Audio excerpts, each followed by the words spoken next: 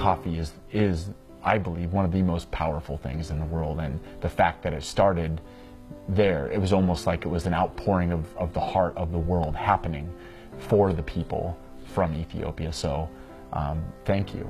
Thank you, Ethiopia, for sharing this gift. Ethiopian coffees changed the game for me. First time I tasted a Yirgacheffe was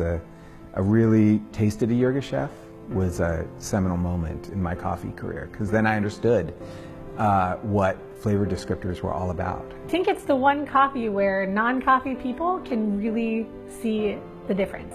Especially people who say they historically don't like coffee.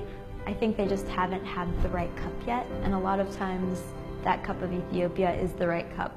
There's so much fruit, there's so much citrus. And that opens the door to a conversation about coffee's nature as a fruit and the discovery of coffee in the forests of Ethiopia. That burst of aromatics is what can draw you into the cup and what can really distinguish it from any other coffee you're about to experience. Something's going on in this cup of coffee that isn't what I'm used to. And I put the coffee down and I go, Celeste, there are berries in here. Like, what? No, there's no way this is real. And at that point I realized that everything I knew was great, but there was so much I didn't know, thanks to Ethiopian coffees. It's just different. And even within Ethiopia, there's so many different regions that just taste different from each other. It gave me that first understanding for what coffee really is and what it could be. And it's always sort of like it's like a treasure hunt to find like that one coffee that I can just drink all the time, forever.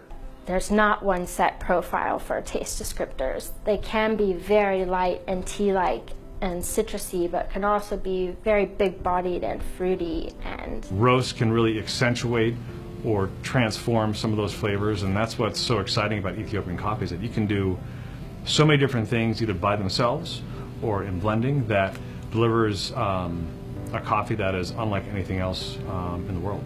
It has a little bit of everything in it, and that's because everything came from Ethiopia in the first place. You're at the center of origin of coffee and culture and music and our species. Ethiopia defined, continues to redefine, and transcend what it means to have an experience in a cup. Starting in coffee, I was always curious to know why coffees tasted different from one another and why they tasted the way they did, and coffees like Ethiopia sparked that curiosity and enthusiasm about it. I consider it like a tool bag, as a tool in my bag as a barista. You know, anytime someone's coming in like, hey, I heard you guys have good stuff, like, what do you got? I whip out my Ethiopian coffee, and like every time they're pumped. If Ethiopian coffee was a dance, I picture a dance where there's like 100 different dancers that swarm the stage, and they're all doing different dance movements, but yet it all fits together, and from someone watching the dance, it just looks like this beautiful motion. Even though they're all doing different things, it all just kind of flows and works together. If Ethiopian coffee was a dance, it would be all of the dances.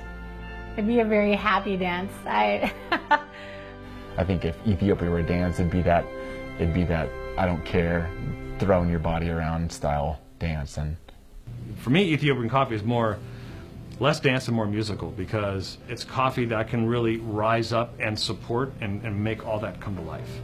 could be like a really classic ballroom waltz, or Ethiopian coffee could be dancing to some booty music. Like, it could be getting down too. It's classy, but it's also funky.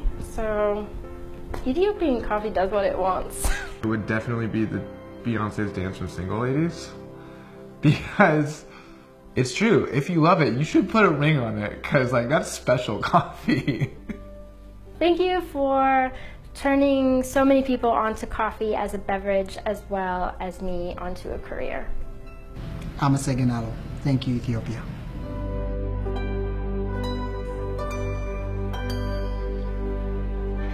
Thank you, Ethiopia. Thank you, Ethiopia. Thank you, Ethiopia, and we love you, and we love your coffee. Thank you, Ethiopia, for reminding us to honor our heritage. Thank you, Ethiopia. I do what I do because of the adoration of what I know in coffee and what I know in the people who grow coffee.